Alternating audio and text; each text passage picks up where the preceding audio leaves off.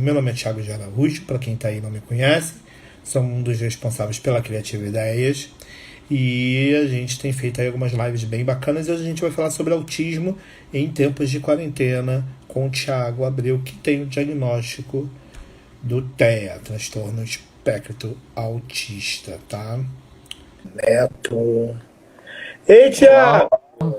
olá, boa noite. Tão estranho falar meu nome. Imagino. E aí, tá tudo bem? Tudo tranquilo? Sim, tudo certo. Sim. Pronto para mais uma live? Prontíssimo. Então vamos lá, né? Hoje a gente vai falar sobre autismo em tempos de quarentena, mas aí claro que vai ter aquelas perguntas, né? E aí eu já começo a fazer, né?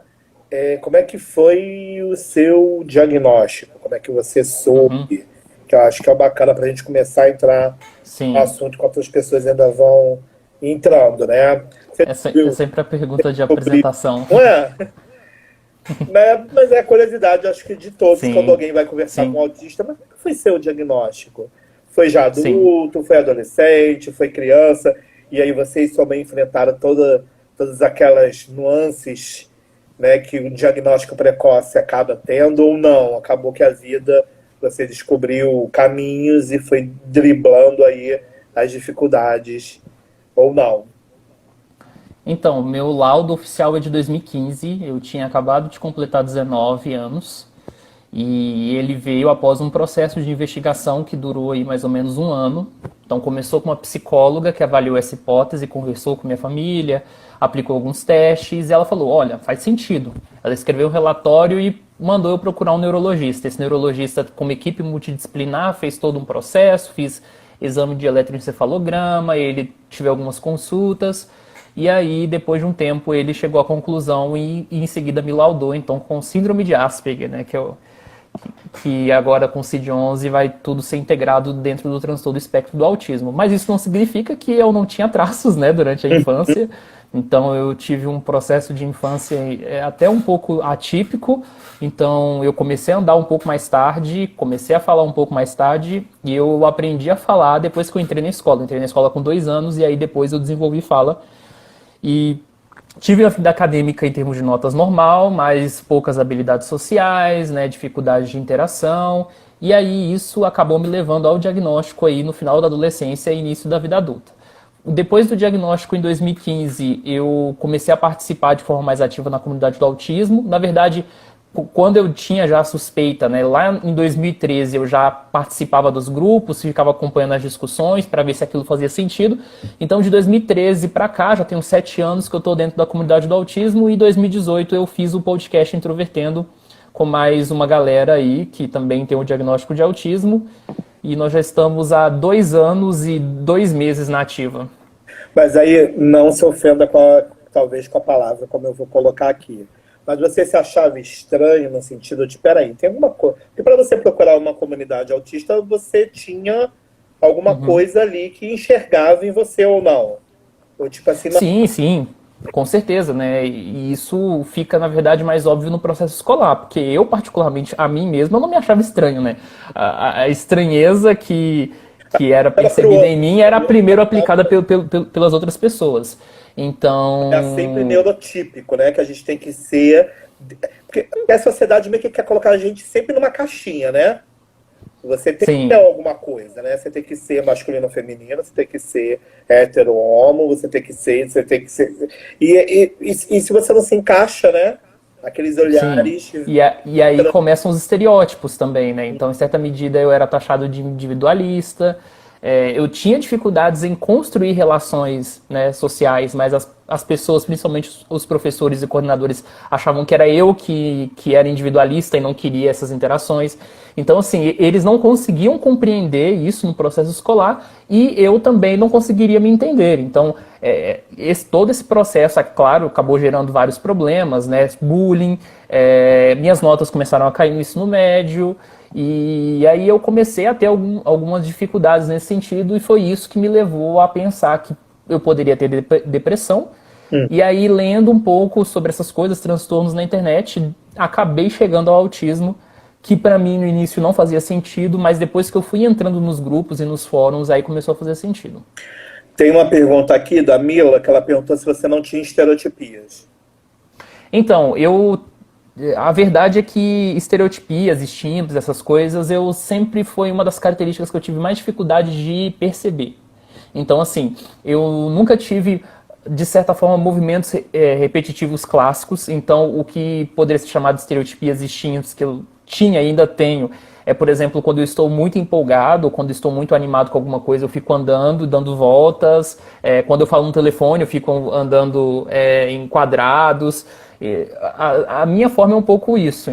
Mas é muito complicado, porque Ponta do às pé, vezes você não tinha essas questões mais sensoriais de flap, de andar na ponta do pé, não.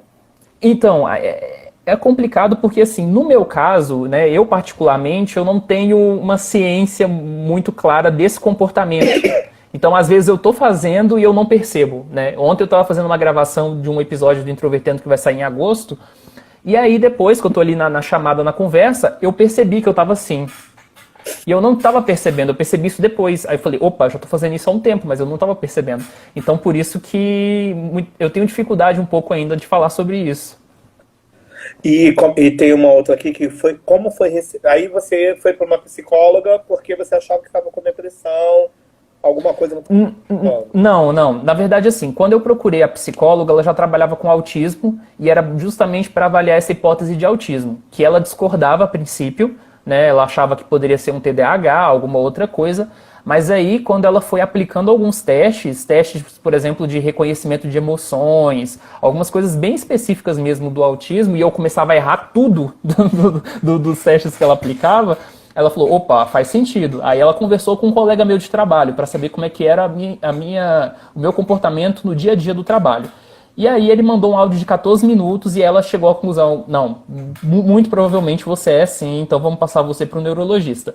Agora, como eu tive toda essa procura, como fui eu que fui atrás da parte profissional, não teve uma procura familiar, a procura foi minha. Então receber o diagnóstico foi ótimo, foi um alívio, me deu qualidade de vida e minha vida é outra, desde que eu fui diagnosticado. Porque meio que a gente se entende, né? Sim, Peraí, eu sim, sou isso aqui, então, né?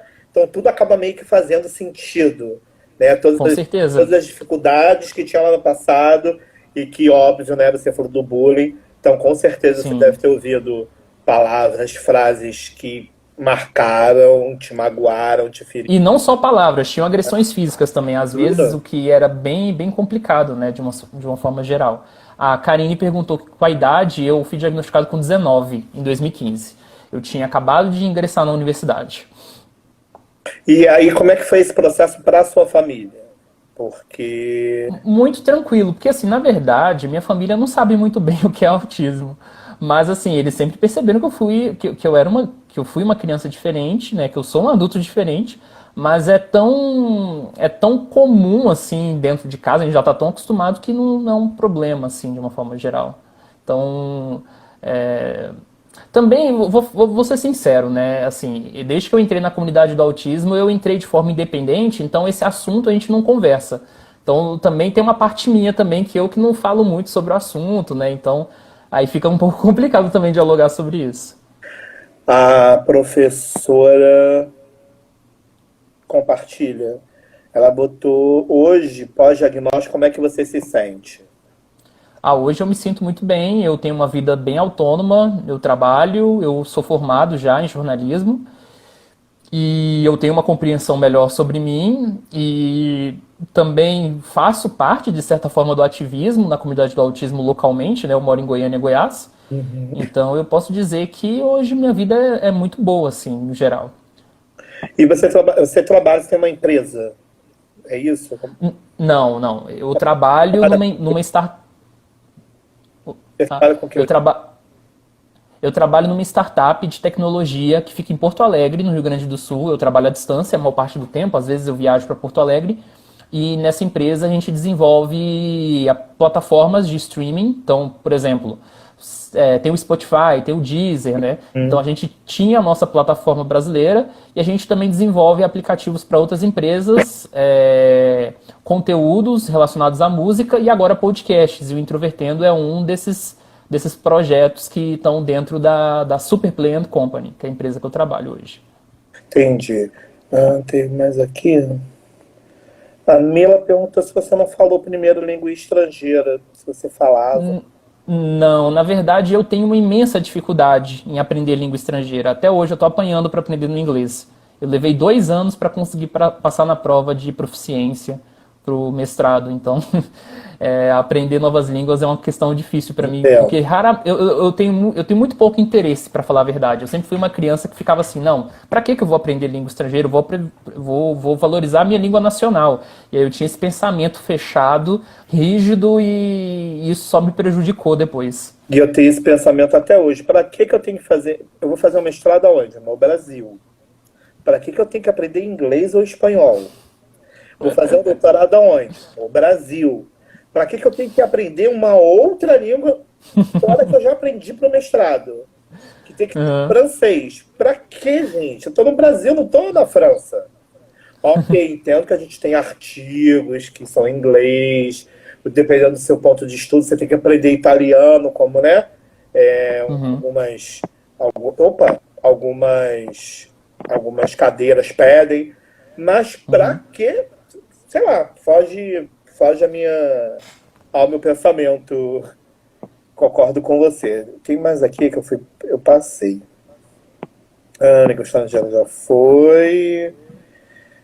A Karine falou que você é brilhante, parabéns. Muito obrigado. Meu filho falou inglês primeiro com 3 anos. Acontece, tá, Mila?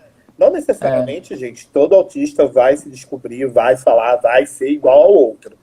E aí é o que eu falo, não sei se você vai concordar comigo, Thiago, como qualquer ser humano, inclusive uhum. gêmeos, se você nascer ali, na questões de minuto, eles não vão ser iguais, gente. Então, pra que a Isso. gente quer? Não somos iguais. Não é Mas tem algumas características assim, que a gente precisa cumprir requisito para fazer parte dentro desse espectro, né? Que é a dificuldade de comunicação e a dificuldade de interpretação não, funcional. Então, isso são dois conceitos que são bem específicos, várias formas que eles podem se manifestar. mas eu tô falando, Então, porque todo autista vai ser que nem Good Doctor. Não, queridos, nem todo autista vai ser que nem Good Doctor. Good Doctor é 0,1%, tá? não, além de tudo, eu acho também assim, né, é um pouco a fuga do tema, mas Good Doctor é uma série bem ficcional, assim, ela não tem um pé na realidade quanto a Typical, por exemplo, tem. Então, eu não consigo ver com muita seriedade, assim, a abordagem de autismo em Good Doctor, né? Eu também não vejo. Eu gosto muito mais de Atypical do que Good Doctor. Eu parei, sei lá, no terceiro episódio. Uhum. Atypical lança a série e eu engulo a temporada num dia só. E aí, como é que é viver nesse momento que estamos vivendo, né? Que quando o autista é novo, você já descobriu com 19 anos, mas quando ele é Uhum. novo, a maioria dos terapeutas fazem algo de habilidades sociais para ter habilidade social. E estamos no momento sem habilidades sociais, porque estamos trancados. Sim. Como é que é ter autismo, conviver com isso? Né? Você me falou que para você era tranquilo, né? A gente já conversou um pouco sobre isso. Mas como é Uhum. que é viver, né? Porque bate alguma ansiedade, a estereotipia fica mais distante, né? Então, eu quero falar um pouco no geral assim sobre como eu tenho enxergado isso na comunidade do autismo para entrar no meu caso particular, porque eu acho que eu estou numa exceção e eu me sentiria desconfortável e simplesmente falar assim, não, tá tudo bem comigo, tá tudo sob controle e passar aquela imagem que para os autistas tá tudo bem, né? Porque assim, ó, a pandemia é uma questão muito complicada e muito séria de ser discutida, porque ela atinge a todos nós e dentro de todos os recortes que a gente tem dentro do Brasil. Então, recorte socioeconômico, a questão regional, a questão das deficiências e tudo aquilo que caracteriza o nosso país, tanto em termos de desigualdade, tanto em termos de igualdade, ela vai se construindo dentro da pandemia. Então, aquilo que já era ruim ficou pior, para quem estava numa situação boa piorou um pouco, e aí isso vai variando. Acentuou a desigualdade, acentuou tudo, né? Isso. E para complicar a situação, o espectro é muito amplo. Então, né, como a gente falou agora há pouco, nós não somos iguais. E é muito difícil a gente traçar uma análise, por exemplo, sobre a situação dos autistas na pandemia, de forma que a gente não esqueça de alguns pontos dentro do espectro que não estão sendo levados em consideração. E para piorar, isso, como é uma questão que vem de imediato, ela é uma questão urgente, a gente não tem tempo de investigar, a gente não tem tempo de refletir, a gente não tem tempo de construir isso. Quando a gente tiver capacidade para poder avaliar o que foi isso que a gente está vivendo, já vai ter passado, né? Então, a situação de alguns autistas já não eram legais antes da pandemia, né? Alguns estavam com problemas, os que estavam em escolas, em universidades, muitos com problemas no mercado de trabalho, muitos que sequer conseguiram entrar, né? Muitos que não conseguem ter uma vida autônoma. Então, assim, tudo isso vai entrando. E eu acho que o pior da pandemia, na minha impressão, né, para mim, e que eu acho que talvez envolve algumas pessoas pelos relatos que eu leio, é essa sensação de pausa, de stand-by, de incerteza. A gente não sabe o que vai acontecer, a gente não sabe que horas isso vai terminar, a gente não sabe quando que a nossa vida vai voltar ativa. E eu acho que isso mexe muito com uma questão muito importante para muitos autistas, inclusive eu, que é ter previsibilidade sobre as situações, sobre as coisas que estão acontecendo. Então, isso ativa muita ansiedade, então eu sinto que a minha ansiedade subiu um pouco mais. E teve 2 casos na comunidade do autismo que eu quero citar, que são coisas que seriam interessantes para a gente pensar aqui. No início da pandemia, bem no início, a gente teve o caso Carola, que era uma autista, né, que alguns chamam de severa, que foi internada com suspeita de Covid. A família afirmou várias vezes que não era Covid, que ela já tinha tido crises parecidas de pneumonia. Ela morreu nesse processo e não era Covid, era pneumonia. Isso foi um negócio, uma questão assim, muito triste, né, que a gente pensa, e foi logo no início da pandemia. E agora, mais recente, teve uma autista que contou no Facebook, e eu não vou falar aqui o nome dela, porque eu não sei se ela gostaria, né, que isso reverberasse, mas ela disse que ela foi diagnosticada com Covid, ela pegou isso numa terapia, então ela saiu do isolamento para poder frequentar a terapia, que era importante para ela, e aí dentro dessa terapia ela teve que tirar a máscara, e aí durante... Eu também preciso entender melhor o contexto, mas até onde eu sei, ela estava com a máscara, ela tirou a máscara, eu acho que ela foi colocar uma outra máscara, porque eles usavam um modelo diferente ali dentro, mas aí foi a única saída dela e ela acabou contraindo, e aí foi muito pesado para ela. Ela veio uma ambulância, né, para poder socorrer ela, e aí ela teve várias crises sensoriais. Então você pensa, barulho da ambulância, as luzes, os estímulos, a quantidade de gente, todo o cenário de incerteza. Então ela foi amarrada para não se machucar e não machucar os outros. E aí você fica pensando assim, quantas situações horríveis vão acontecer durante todo esse processo que a gente vai conseguir entender só depois da pandemia. Então, assim, é muito complicado. A gente tem uma legislação, até onde eu entendo, né, que afirma a possibilidade de ter uma pessoa para acompanhar uma pessoa com deficiência, principalmente autista, nesse processo, mas ela não teve, por exemplo. Então é muito complicado. A coisa está acontecendo no momento, né? Como eu falei antes, a gente não tem previsibilidade sobre nada. A urgência desse processo da pandemia. Então está tudo acontecendo ao mesmo tempo e isso me angustia demais. Agora, voltando para o meu caso particular, tá? Desde janeiro, eu já estava lendo as notícias internacionais sobre a pandemia.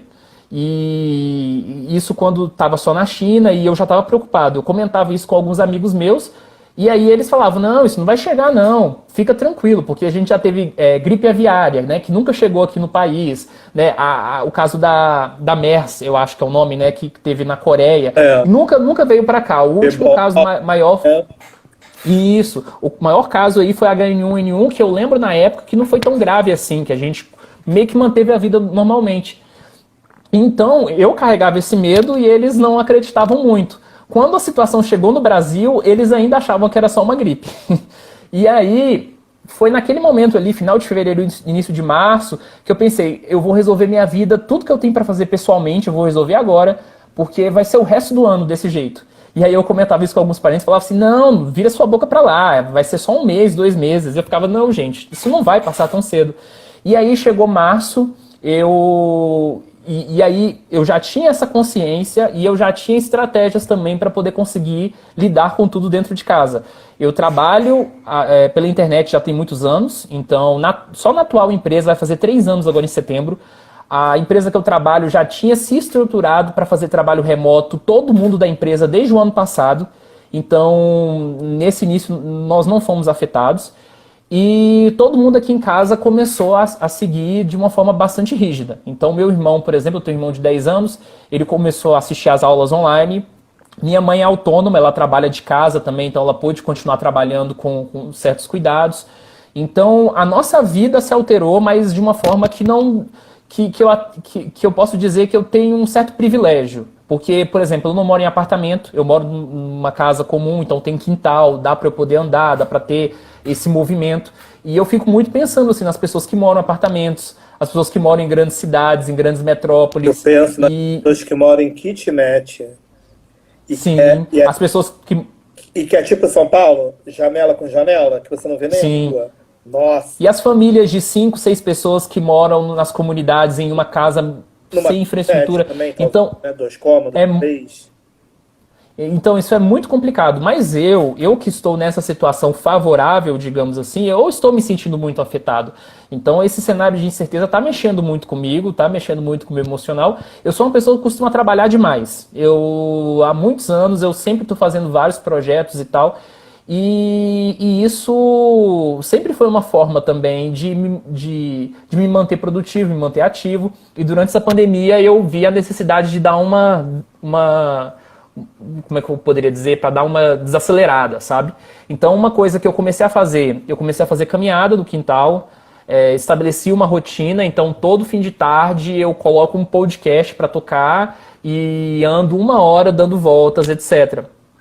Mas é complicado ainda para mim. E tem uma coisa também que piorou para mim durante esse processo da pandemia, é que eu desenvolvi tendinite no meio desse processo. Nossa, E aí, para você tratar a tendinite, você precisa fazer fisioterapia. Mas como é que eu faço fisioterapia durante uma pandemia?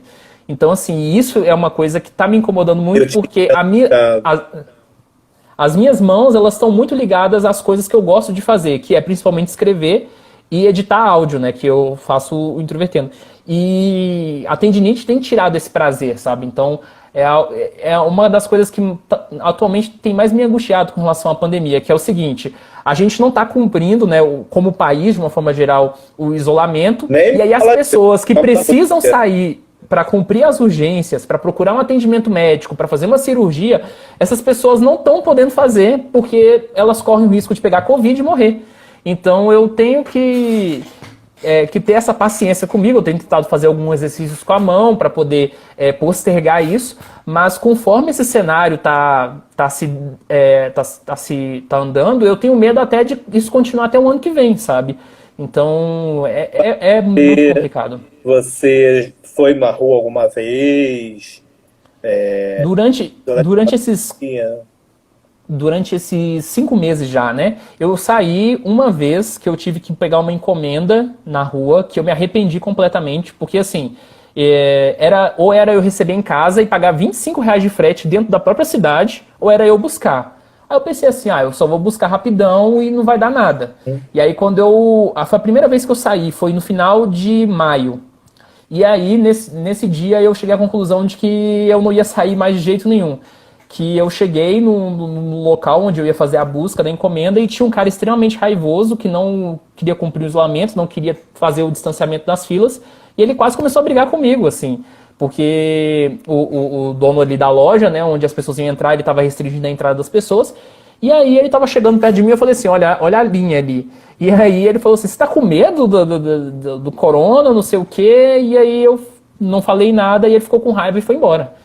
E aí eu fiquei pensando, nossa, as pessoas estão num nível assim de negacionismo absurdo. E E a segunda vez eu tive que procurar o médico por causa da tendinite, né? Alguém perguntou aí quais são os sintomas. Então eu comecei a sentir muita dor nas mãos, não conseguia digitar, não conseguia usar mouse.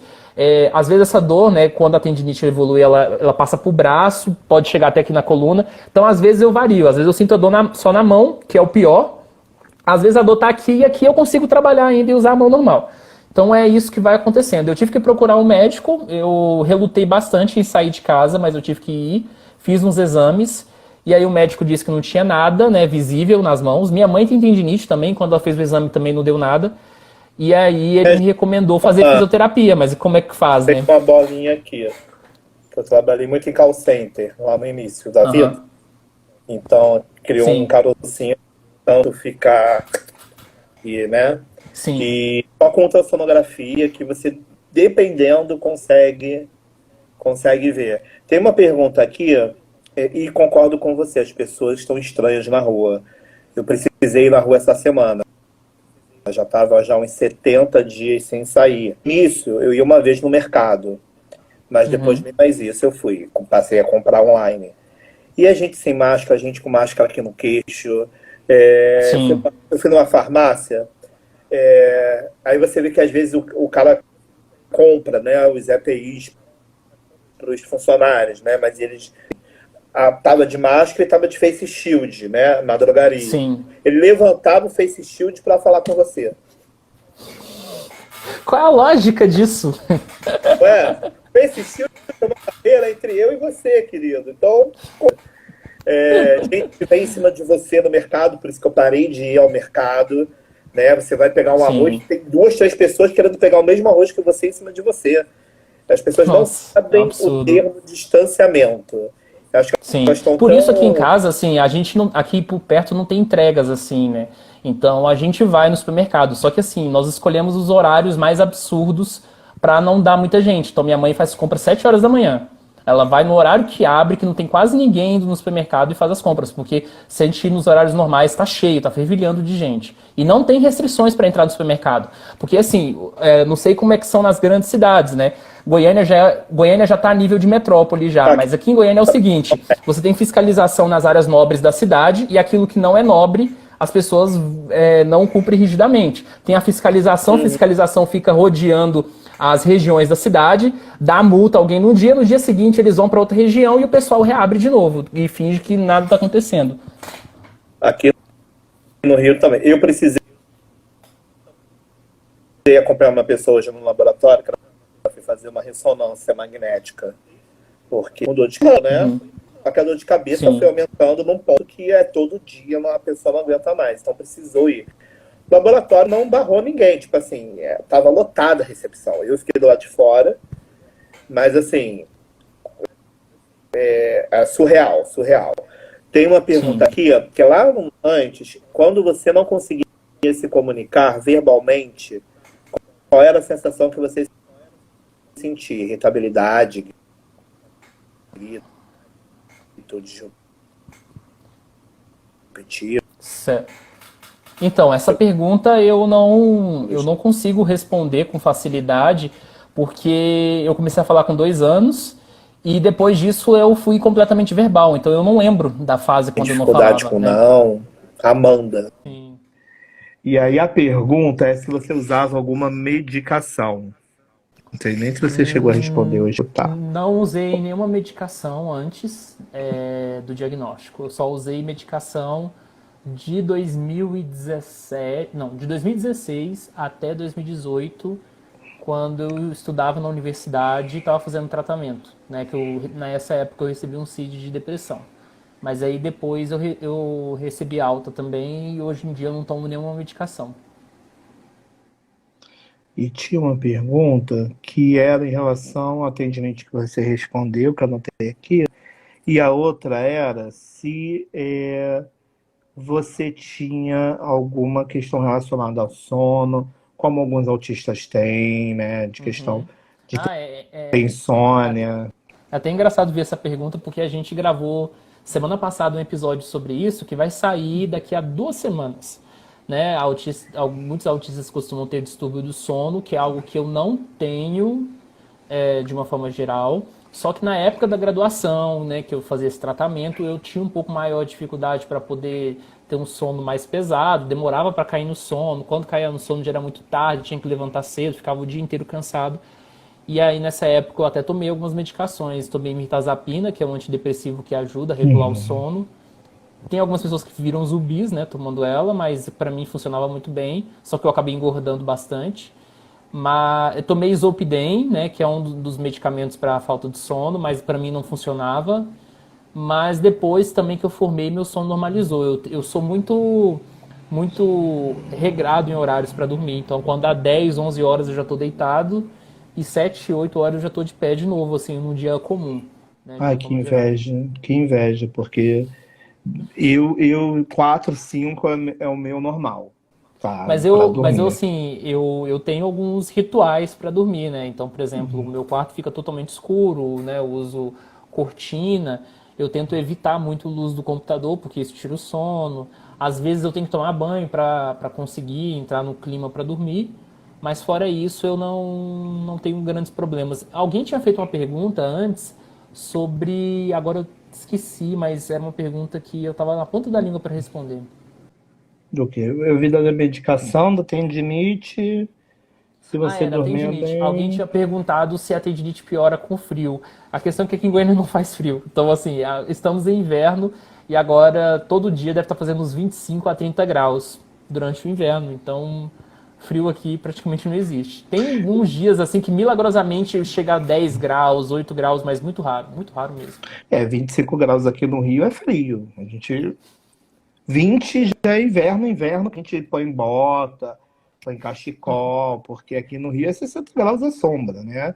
Então você Sim. imagina, deve ser tipo Goiânia, né? A E gente aí é quente e úmido, né? Aqui é quente e é. seco. E Então, assim, a aqui ainda sensação de calor é um pouco menor. e aqui ainda tem as montanhas, né?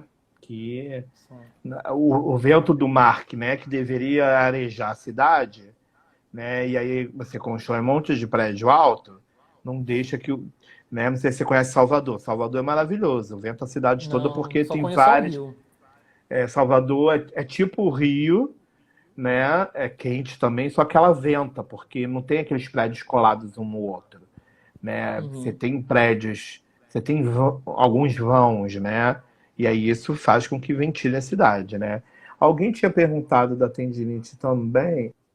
E aí a questão da comunidade autista é que ela tá, né? A gente sabe que alguns precisam, como essa, né, menina que você não falou, Uhum. de terapia, né? No momento você faz alguma terapia, algum tratamento ou não? Deveria, mas eu não estou fazendo. A pandemia me mostrou a necessidade de procurar, mas eu vou ter que dar uma segurada, porque o teleatendimento é algo que não funciona muito bem para mim. Não funciona também para algumas outras pessoas dentro do espectro. Porque a questão do teleatendimento envolve um ponto que é muito importante, que é a questão da privacidade, que muitas vezes você não tem em casa. A conexão à internet também, que nem sempre funciona tão bem. No meu caso, até está Vimos aqui na funcionando live? razoável. Mas na comunidade do autismo, de uma forma geral, como eu estou mais entre autistas, eu percebo que muitos estão fazendo esses atendimentos online, né, sendo assistidos.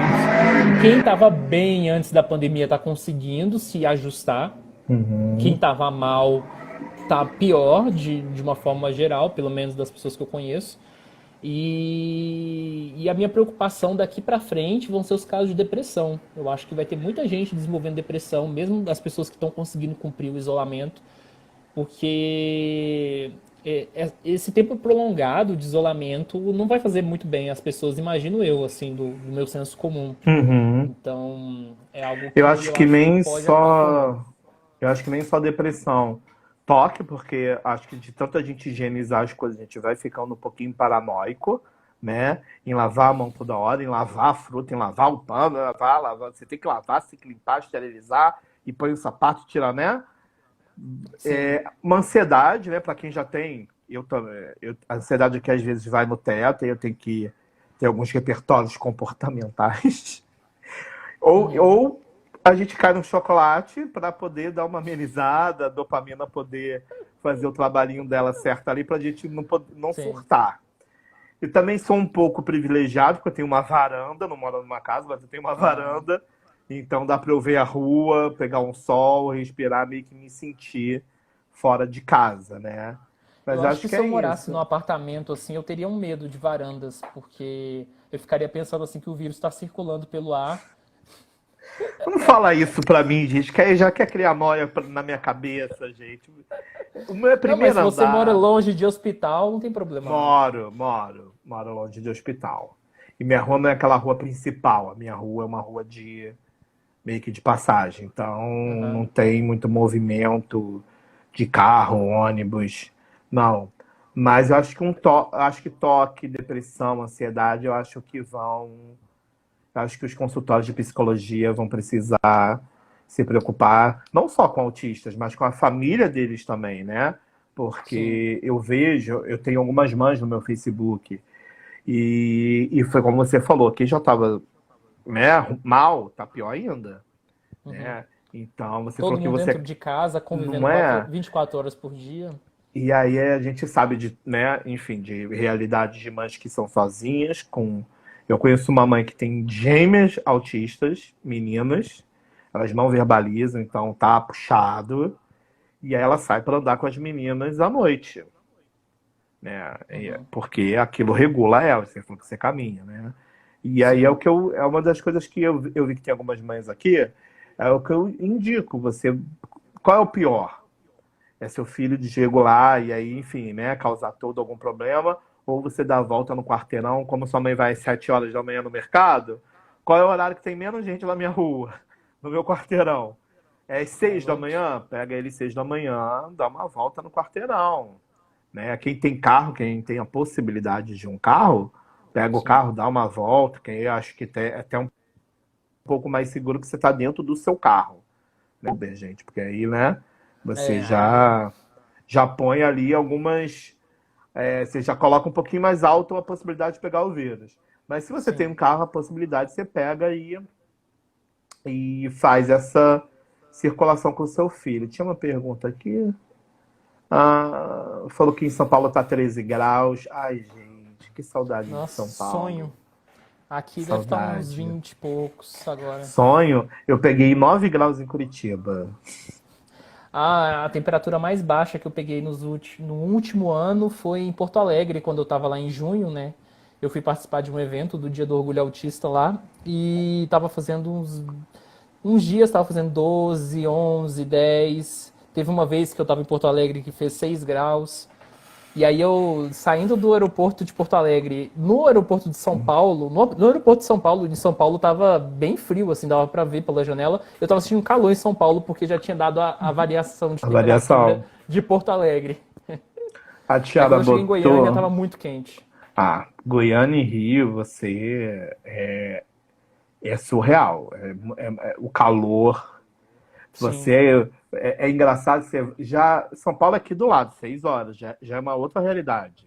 Você vai para lá, eu já levo já meu casaco. Já eu comprei em São Paulo uma jaqueta que eu só uso em São Paulo e em Curitiba. Não consigo usar no Rio, porque ela esquenta.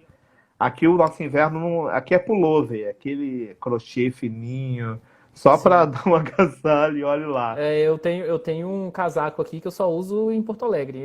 Só quando eu vou pra lá. De resto ele fica guardado no guarda-roupa. A Tiara botou aqui, eu já penso isso no ar e moro perto de um hospital, tá vendo? Já criou nóia também nela, tadinha. Ela também tem ansiedade. Eu Não, conheço a Tiara. mas algumas pessoas já têm falado sobre isso, né?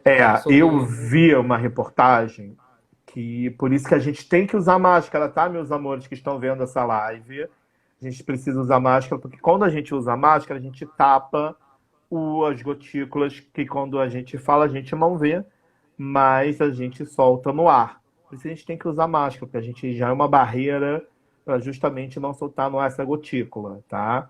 Por isso que tem que ser ambientes arejados, porque aí não deixa que. Porque como esse vírus é pesado, ele cai. Se você soltar sem máscara no ambiente fechado, a probabilidade de você pegar é maior, tá? Então, por isso, ambientes A ventilados e Karine disse que tá com um máscara. problema sério de insônia, né? O meu sono piorou um pouco, né? Durante essa pandemia. Deu pra perceber, assim, de uma forma geral. O meu Perguntaram qual também. dos dois é autista, sou eu. É Acho porque que ela são tá dois perguntando se Thiagos, tá? você também é. Acho que ela tá perguntando se você... Ela ou ele, Não, não sei quem tá no perfil. não sou, mas já ouvi falar que eu tenho traços. Eu nunca busquei saber, não, tá?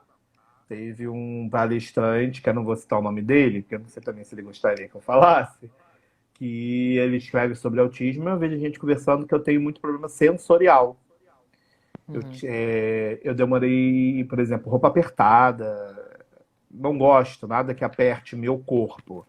canto, eu não durmo em canto, eu tenho que dormir pela ponta da cama, enfim, nada que me aperte o que eu sinto apertado, eu gosto, né? E aí algumas outras questões também. A gente conversando, aí ele levantou a possibilidade, mas eu nunca investiguei, não. Não, eu não fui buscar, não, tá, gente? Aí, meu diagnóstico ainda é TDAH de uma psicóloga, que ela falou que eu sou muito hiperativo, tá? Então fica TDAH desde que eu tenho 8 anos. É máscara e álcool gel, Tiara, é isso mesmo. É máscara e álcool gel, gente. Você falou do orgulho autista, né? Aí agora, que tem uma polêmica aí. Já que você falou, vamos falar um pouquinho, que tem aí algumas pessoas que podem, né? O que é o Dia do Orgulho Autista? Porque Uhum. tem autista que reclama no Facebook, na internet, tem mãe que reclama, que odeia o dia porque não tem orgulho nenhum. Enfim, mas o que é o Dia do Orgulho Autista? Então, o Dia do Orgulho Autista foi a primeira data que a gente, pelo menos das que a gente tem hoje, que surgiu na comunidade do autismo, surgiu em 2005, por meio de uma associação de autistas, acho que se não me falha a memória, dos Estados Unidos, chamada Asps for Freedom, que tinha essa intenção de celebrar o autismo, de celebrar essa característica, né, que existe nos autistas, porque a questão da autoestima ela é muito importante, tá? Então, por Uhum. mais que muita gente considere o autismo um prejuízo, e eu acho que realmente há alguns prejuízos dentro daquilo que a gente chama de autismo, embora eu seja muito satisfeito e seja orgulhoso, né, de ser autista, a autoestima é muito importante. Se aceitar é muito importante e a lógica do Dia do Orgulho Autista é essa, né? De você celebrar a condição de você gostar de si mesmo, de como você é. E aí o 2 de abril, né, que é a data mais relevante que a gente tem dentro da comunidade do autismo, surgiu 2 anos depois com a ONU. Então, são essas aí as duas grandes datas. A questão da polêmica em torno dessa data, eu acho que talvez simplesmente ela reflete os problemas que a gente tem dentro da comunidade do autismo. O espectro é muito amplo, tem muita gente envolvida dentro da comunidade, cada uma dessas pessoas tem uma vivência, tem uma visão de mundo, e essas visões de mundo se chocam porque um grupo não se identifica com o outro. Por exemplo, Sim. eu como alguém que foi diagnosticado na vida adulta, né, tardia, Uhum. ingressei na comunidade pela internet, interagi com outros autistas pela internet, então naturalmente a minha empatia, digamos assim, né, que é esse termo da moda, a minha empatia se desenvolve com pessoas que têm um histórico parecido com o meu, né, então que vão ser outros Uhum. autistas na vida adulta, que estão na internet, comentando. E os pais e as mães, eles vão sentir empatia pelos outros pais que, né, que também vão, que provavelmente vão ter crianças, que vão ter todo esse processo de desenvolvimento, né, que vão entrar no ativismo do autismo local, né, e não pela internet. Então, são realidades muito distintas. E aí, quando essas duas realidades se chocam dentro da comunidade, é muito normal a gente ter essas tensões. Mas eu acho que está mudando de uns anos para cá, né? Eu tô há 7 anos da comunidade do autismo. Eu acho que hoje em dia já se aceita o Dia do Orgulho Autista melhor. Eu tô achando Eu que também essa coisa vejo. está se harmonizando dentro da comunidade. Eu acho isso muito bom, porque no fim das contas, todo mundo pode se beneficiar do Dia do Orgulho Uhum. Autista, né? Tá todo mundo, claro que cada um no seu barco, no seu, né, nível de espectro, né? Mas tá todo mundo em prol de quê? Que os autistas tenham direito, porque as mães têm filhos. Sim. Acho que nenhuma mãe vai querer que o filho não tenha direito de sofrer preconceito, muito pelo contrário, né? Então acho Por que isso está que eu todo acho. mundo no mesmo barco, né? No sentido de estamos lutando em prol de uma mesma coisa, só que você de um lado, você indo por um lado, por uma via, e eu por outro, porque eu entendo que, né? Eu sou autista, então a sua visão é diferente, óbvio, de uma mãe, né? A Uhum. gente teve até um evento que a gente fez, que a gente estava, que é o congresso, o primeiro congresso, né? Aham, sim. Do ano passado, né? Em setembro, Do ano se não me falha a passado. A memória. gente já tinha convidado alguns autistas para fazer uma mesa só deles, né? Que é importante eles falarem, só que eles ainda não tinham confirmado, né? E aí alguns autistas foram bem grosseiros, perguntando, enfim. Aham. E aí eu falei assim, não, gente, vai ter, mas também vai ter uma mesa de mãe. A gente quer na realidade, ouvir todos os lados. E aí houve uma briga, mas as mães não podem falar pelos autistas. Não, mas elas vão falar do lado dela de mães, porque elas vivem aquilo, né? Uhum. Como você falou, você é privilegiado no sentido, né? Mas tem outros, por exemplo, tem uma mãe que o filho dela é autista severo, severo mesmo. É aquele que precisa de cuidados, se agride ela, né? Então, por isso que eu acho que é muito importante a gente pensar o ativismo do autismo sobre várias frentes. Eu acho que tem duas frentes muito importantes, que é o reconhecimento, que envolve principalmente os autistas, né? Essa questão que muitas vezes é dita da Uhum. aceitação do autismo, e a luta por políticas públicas, porque as políticas públicas elas alcançam a todos, né? É claro que Sim, cada um conforme a sua especificidade, mas a gente não pode focar só no reconhecimento, a gente também tem que focar nas políticas públicas e eu acho que isso é muito importante. Nos eventos de autismo é outra coisa também que se refletiu essa mudança dentro da comunidade. Eu lembro que quando eu ingressei em 2013, 2014, todo evento não tinha autista. Se tinha autista era participação cultural. Hoje em dia isso já é mais natural. Você tem alguns autistas dentro da academia que estão produzindo conteúdo científico, que uhum. estão palestrando, né? Tem pessoas que eram só palestrantes e depois se descobriram autistas, né? Tem muitos pais e mães que também são autistas que a gente sabe dentro da comunidade, né? Uhum. E que aí Então, se descobriram fazendo algum essa linha, curso, há fazendo uma linha algum. muito e há uma linha muito tênue entre autistas e pais, na verdade, porque tem muito pai e mãe de autista que é autista e não sabe. E aí o pensamento rígido de alguns autistas Hum, também entra em choque com o pensamento rígido entra. desses pais e mães, porque eles são autistas só não sabem. Então é por isso que E, às vezes a gente tem muita treta dentro da comunidade, é porque na verdade são muitos autistas tensionando entre si. é, e aí entra a parte psicológica, né? Tem o espelho também, tem aquele que quer negação, né? Não quer assumir, né, que é autista. Sim. Não, meu filho que é, eu não sou. Não, minha mãe, nossa, eu demorei a falar. Aí veio um outro lado. Não, minha mãe, eu demorei a falar. Minha mãe sempre falou que eu demorei a falar. Meu filho, e tô aqui falando, sou empresário, sou não sei o quê. Meu filho é Sim. ótimo, meu filho não tem isso, né? Ainda tem a negação também, que é meio que um espelho, e negar que. E opa, virei aqui de novo a tela. E,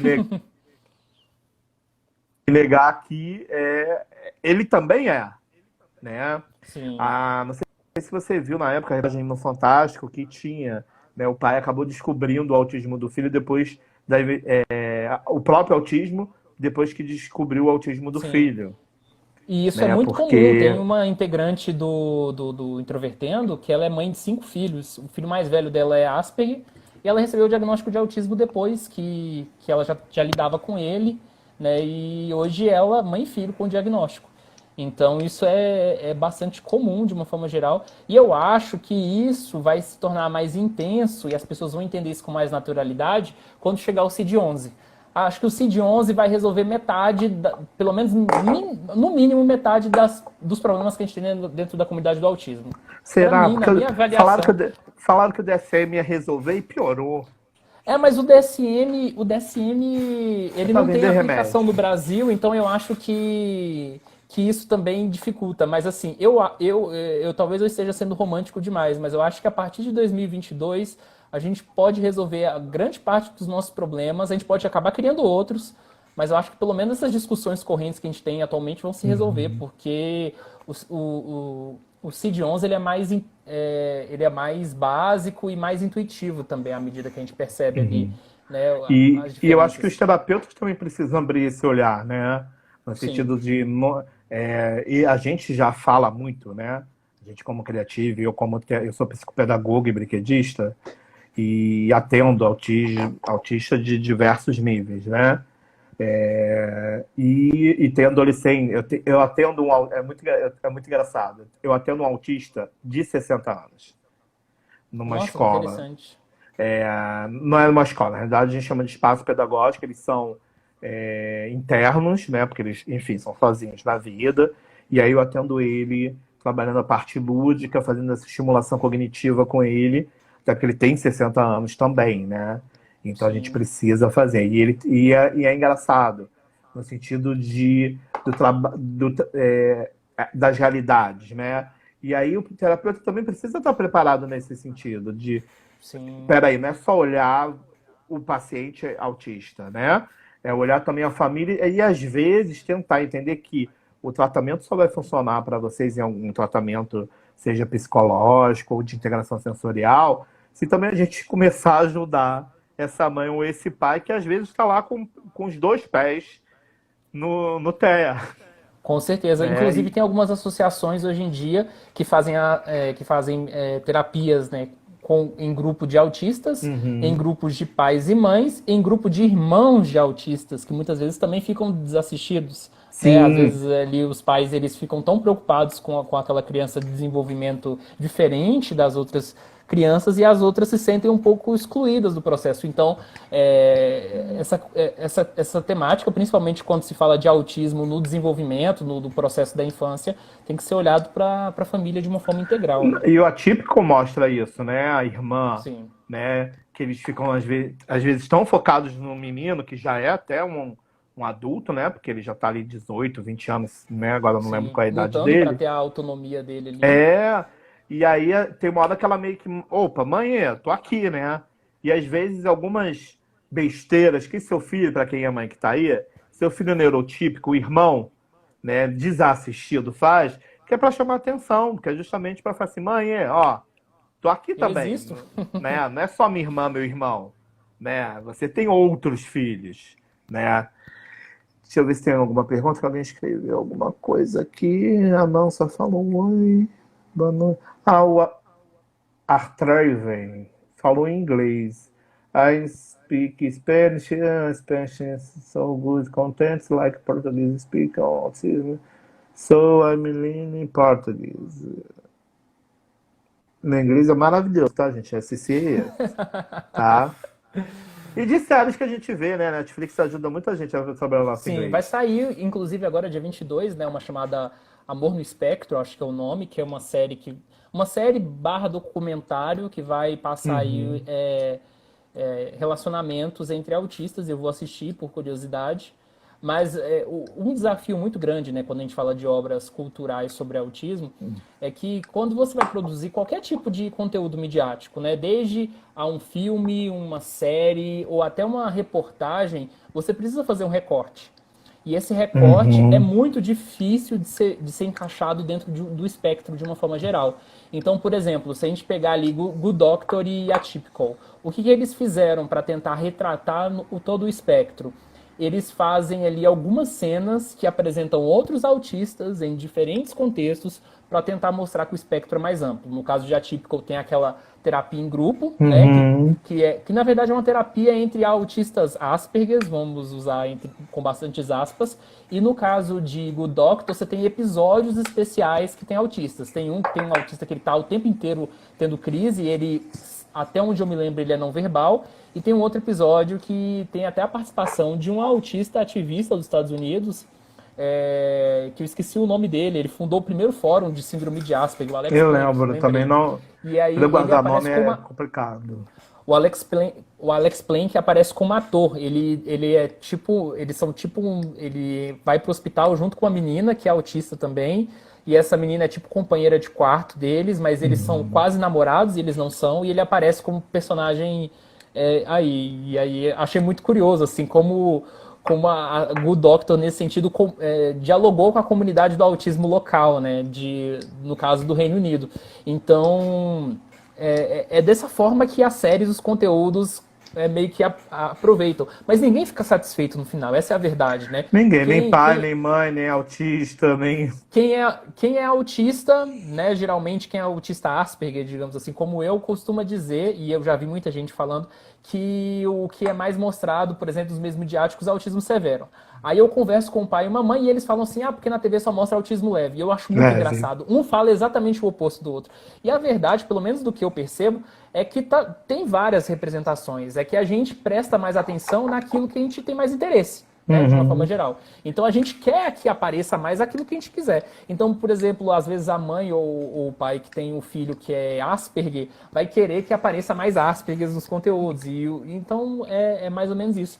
Mas eu acho que é uma tarefa para quem trabalha com cultura, quem trabalha com cinema, quem trabalha com jornalismo como eu, ter essa responsabilidade de mostrar a complexidade e a amplitude do espectro e o quanto que a gente precisa entender o autismo dessa forma, né, aberta e Uhum. integral. E aí, já que estamos falando de lugar de fala, eu acho importante Com certeza tem vários autistas atores, né?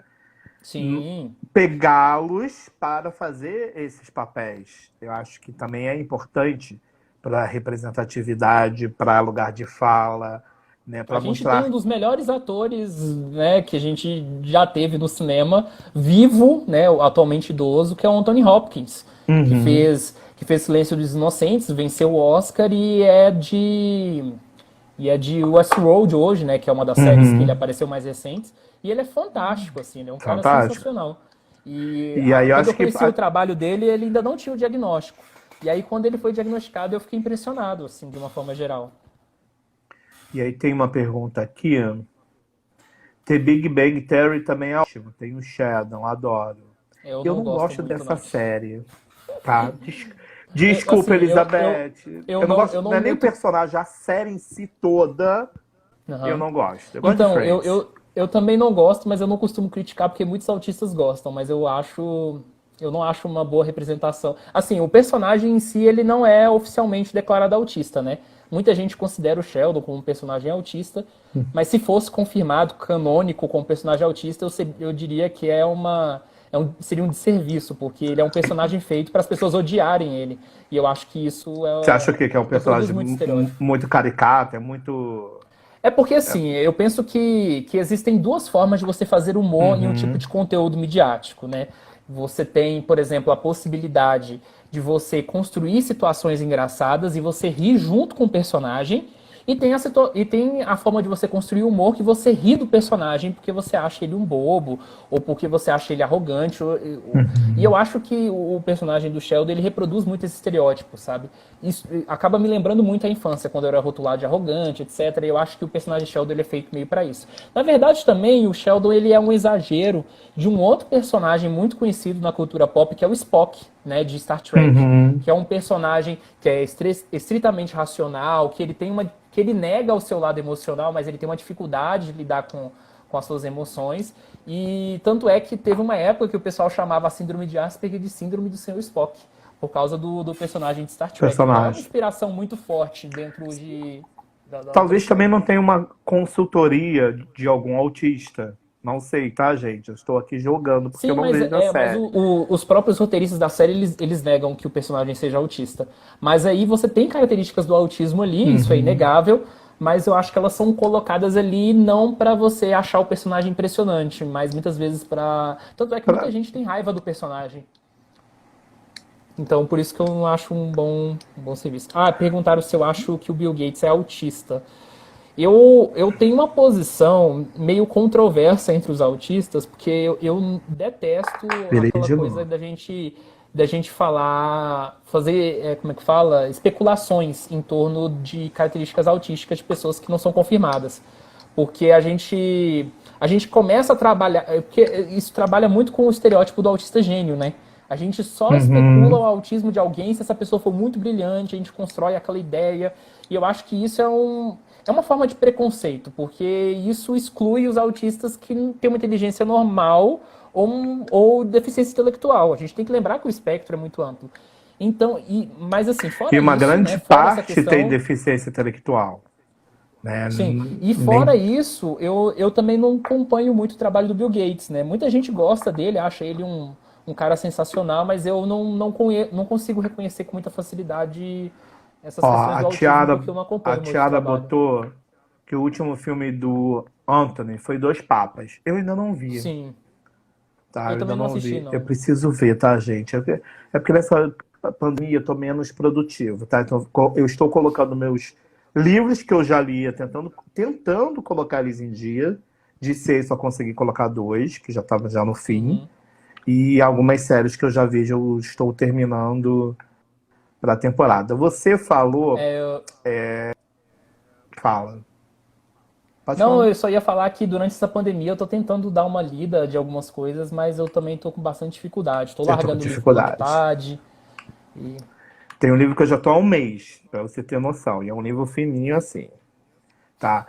Duas coisas que aí a gente vai falar, porque a gente já tá indo para a reta final, que já são 8h12, que Uhum. tem gente que confunde, e aí óbvio o DSM-5 ajudou muito a confundir, né? Até porque tirou o termo Asperger, né?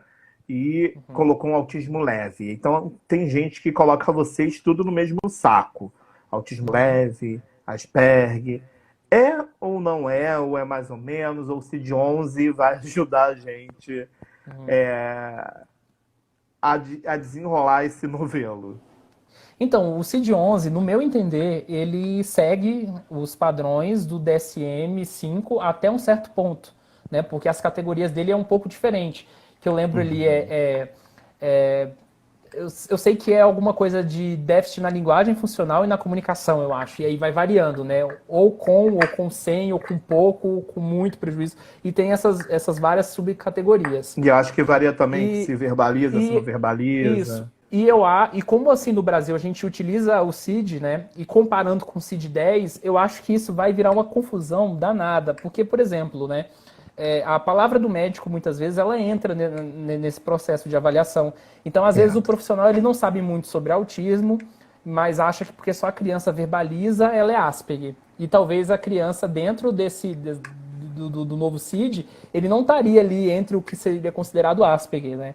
Mas eu acho que o CID-11 vai resolver esse problema, porque o CID-10, ele é muito, muito bugado, né, usando o internetês, ele é muito confuso em alguns aspectos. Você tem síndrome de Asperger, autismo infantil, autismo atípico, transtorno desintegrativo da infância, síndrome de Rett.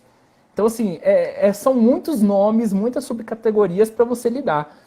Então eu acho que o CID-11 vai facilitar isso. Eu acho que vai dar mais uniformidade. Só que, por outro lado, eu acho que o grande peso, a contribuição que a síndrome de Asperger deu foi dar esse lado sociocultural sobre o autismo, né? Porque o autismo ele é uma deficiência. E quando a gente olha a deficiência ao longo da história, você tem várias formas de você observar a deficiência.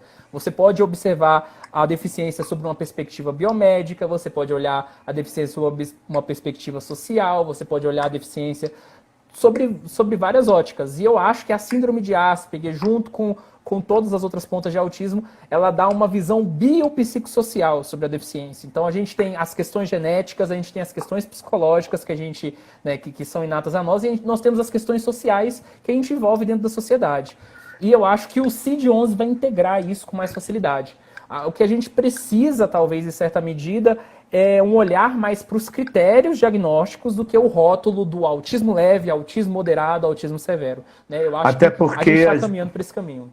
até porque, como eu ouço, vejo até vários autistas falando, o autismo leve nem sempre é tão leve assim, né?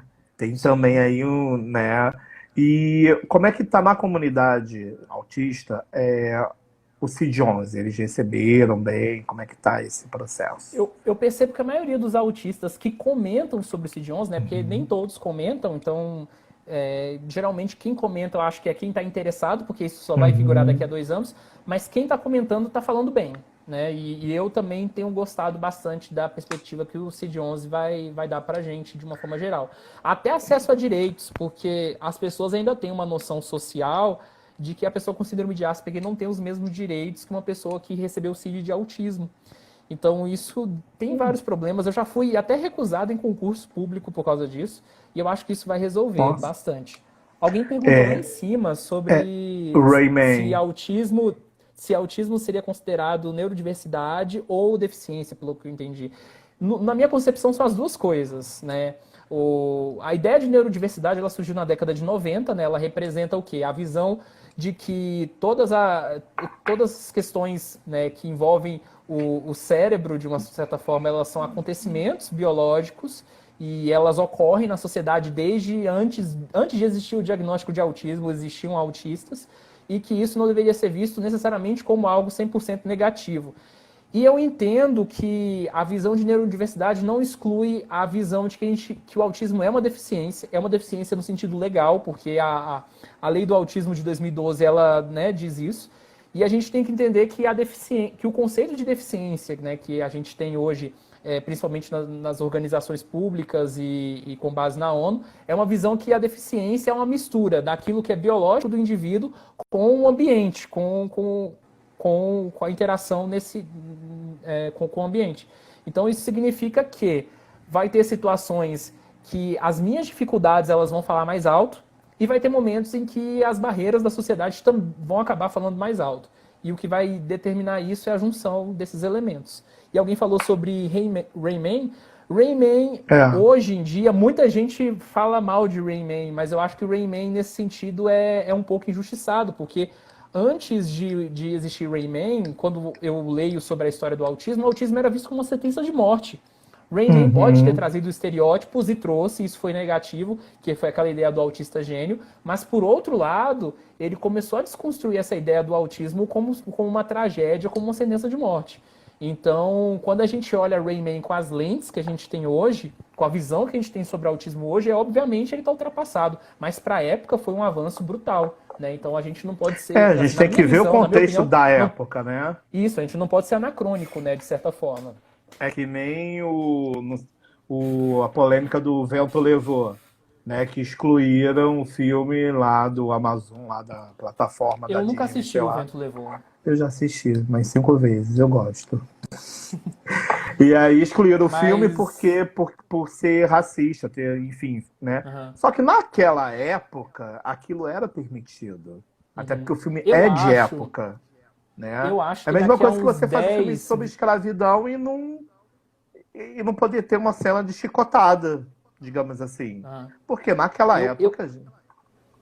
Eu acho que talvez a gente vai perceber isso, né, sobre o quanto uma coisa envelhece mal, daqui a uns 15 anos, quando Good Doctor virar uma série histórica, né, na comunidade do autismo. Eu acho que Good Doctor vai sofrer esse processo de Raymanização. Eu acho que as pessoas não vão gostar de Good Doctor futuramente como elas gostam hoje. Né, porque ela vai eu já não gosto a mesma característica. Eu já não sou tão fã hoje. Eu gosto da interpretação do Fred, né, que é o ator principal. Eu gosto dos personagens, mas eu acho que vai sofrer o processo de Raymanização. Assim. E aí, para finalizar, você falou de uma série que vai estrear, repete o nome para o pessoal anotar, na Netflix. Então, qual é o nome da série? Amor no Espectro, vai sair dia 22 de julho, até onde eu sei. Não sei se é uma série ou se é um documentário, ou se é a mistura das duas coisas. Algumas notícias dizem que é série, outras notícias dizem que é documentário.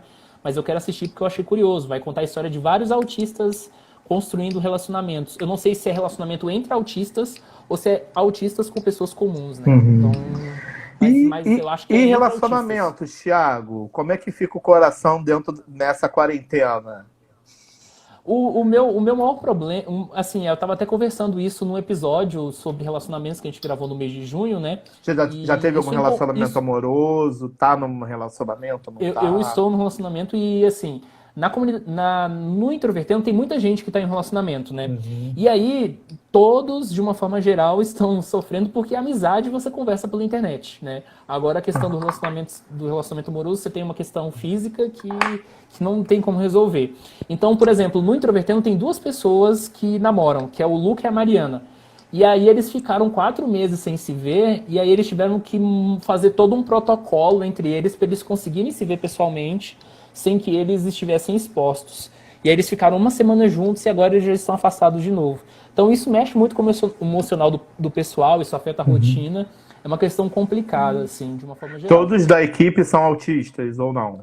Todos. Somos atualmente 10 pessoas, né? E aí a gente começou dentro da Universidade Federal de Goiás, depois se estendeu com alguns autistas da internet. Então, por exemplo, hoje o William Timura faz parte da nossa equipe. O William, ele palestrou pra gente. Assim.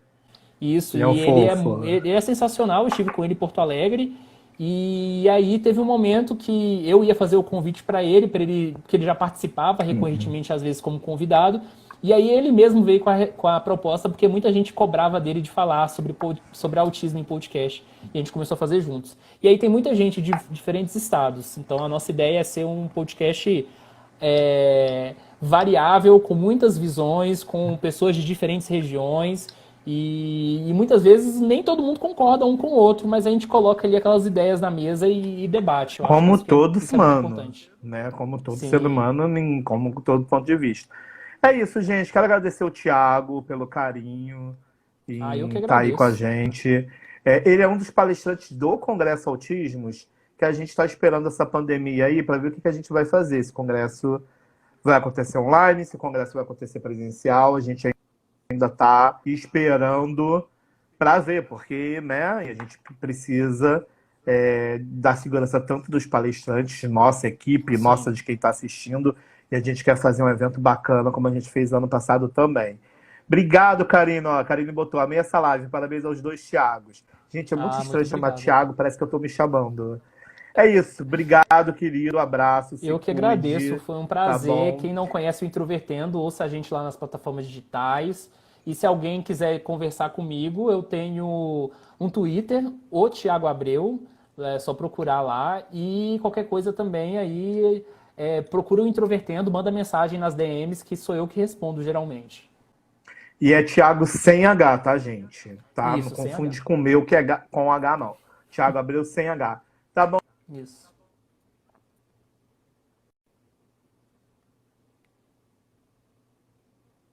máscara. Fique em casa se possível, tá bom, Sim. gente? Obrigado, se cuida. Valeu, Muito Thiago. obrigado, Abraço, pessoal. Um até a abraço. próxima. Tchau, Até tchau. mais.